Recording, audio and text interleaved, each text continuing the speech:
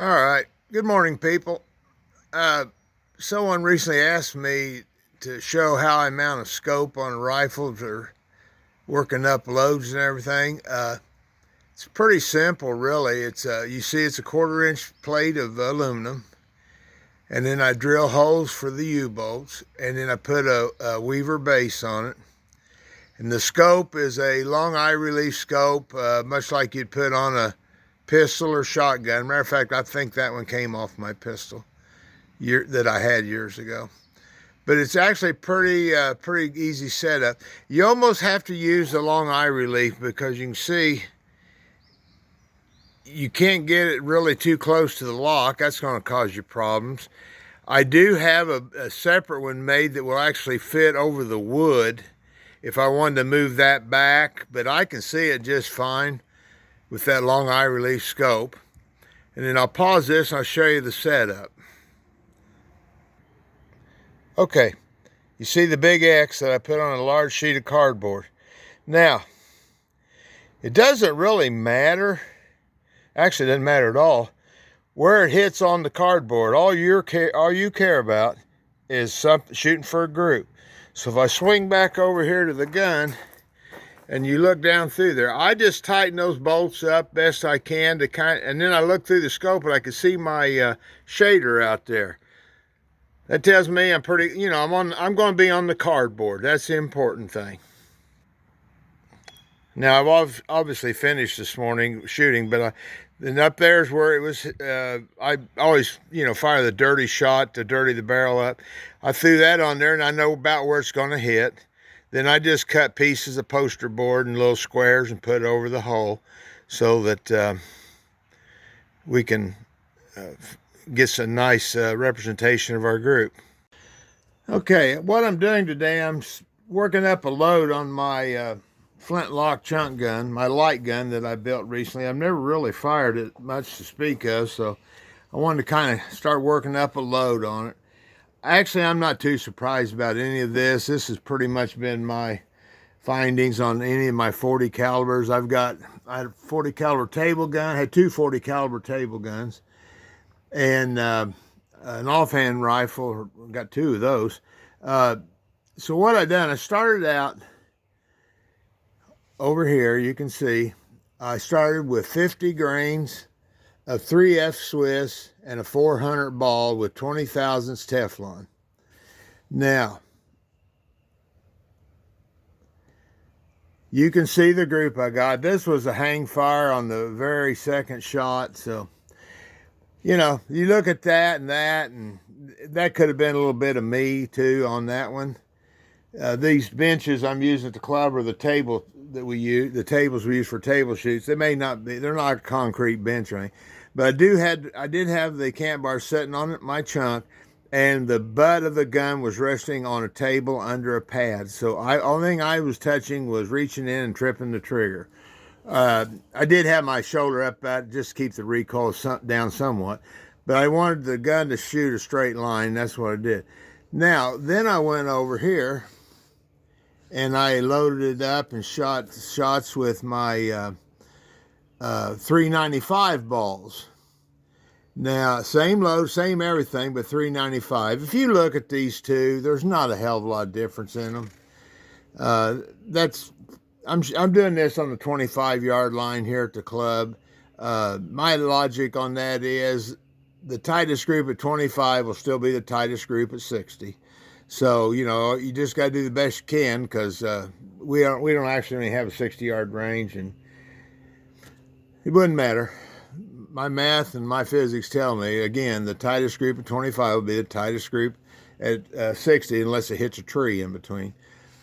Now, what I did then, I went over here and I loaded up 60 grains of 3F Swiss, same everything, 400 ball, 20 thousandths blue Teflon. And that's what I got in 3 shots. Then I went back again and I reloaded for 3 shots for 395. Now, obviously, I cleaned these between just like I would at a shotgun match. And you see the group I got out of the 395. It almost looks identical to the group at with the 395 with 50 grains. This one was 60, of course. Not much change there. But right there is about what I come to expect in a 40 caliber that I've ever owned. 60 grains of powder, 400 ball, 20 thousandths Teflon ticking. Now, I know people are going to say, oh, you shot at 25 off res. That ought to be one circular hole. That's great. You go do it. What all I'm trying to do is figure out what load I want to load with to shoot chunk gun. So the next time I go to the range, I'll be shooting on a chunk gun target at 60 yards. And this gives me a place to start. And I'll be honest with you, I'm not sure how much Jason actually does to these barrels. I don't know if they're machine lapped, hand lapped, or not lapped at all. It's one of the match grade barrels. I've never talked to him about it. I guess I could, but what's the difference? I already got the gun. The other thing I think you kind of want to keep in mind on these, when you're working up a load on these guns, just I don't really think you can lay behind this gun on a chunk, on the ground, and develop a load. You have got to get it, pretty stable shooting position. It'd be wonderful if man had a machine rest, and I've often thought about building one, but I don't know, maybe I'm a little late in the game to be playing with that. But anyway, this is pretty much what I figured out. My table gun that's a Green Mountain barrel. No, I'm sorry, that's a Getz barrel. I've since sold that gun. That was a Getz barrel, 40 caliber, and I shot 400 round ball, 60 grains of powder, 20 thousandths ticking. And first match I ever went to I won the match I had a 10-shot match, just a hair under 2 inches, which is pretty good. So I figured that's what this would all turn out to be. It was going to tell me 60 grains, 3F Swiss, 20 thousandths patching. Now, down the road, and I didn't think to bring it today, but down the road, I'm going to lay this gun and shoot it across a chronograph. I would really like to start seeing what kind of speeds I could get up to without screwing up the pattern.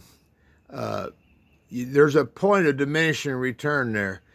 This is a 148 twist. You go too high, and you're going to, even with a tight load, you could be blowing past the rifling. So right now, this is the 60 grains and the 400 balls, probably where I'm going to stop.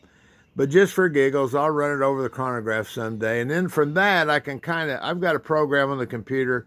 You can type in the velocity, the ball, the weight, all that, and it'll give you a breakdown on the effects of wind at 5, 10, 15, and 20 mile an hour. That's kind of something that'd be fun to know in case you ever got into a situation where the wind was really picking up, but that doesn't happen a lot. So anyway, you've seen how I do the gun. You've seen how I do the scope. Like I say, it's a cheapy scope. 40 caliber doesn't have enough recoil to bust up a scope.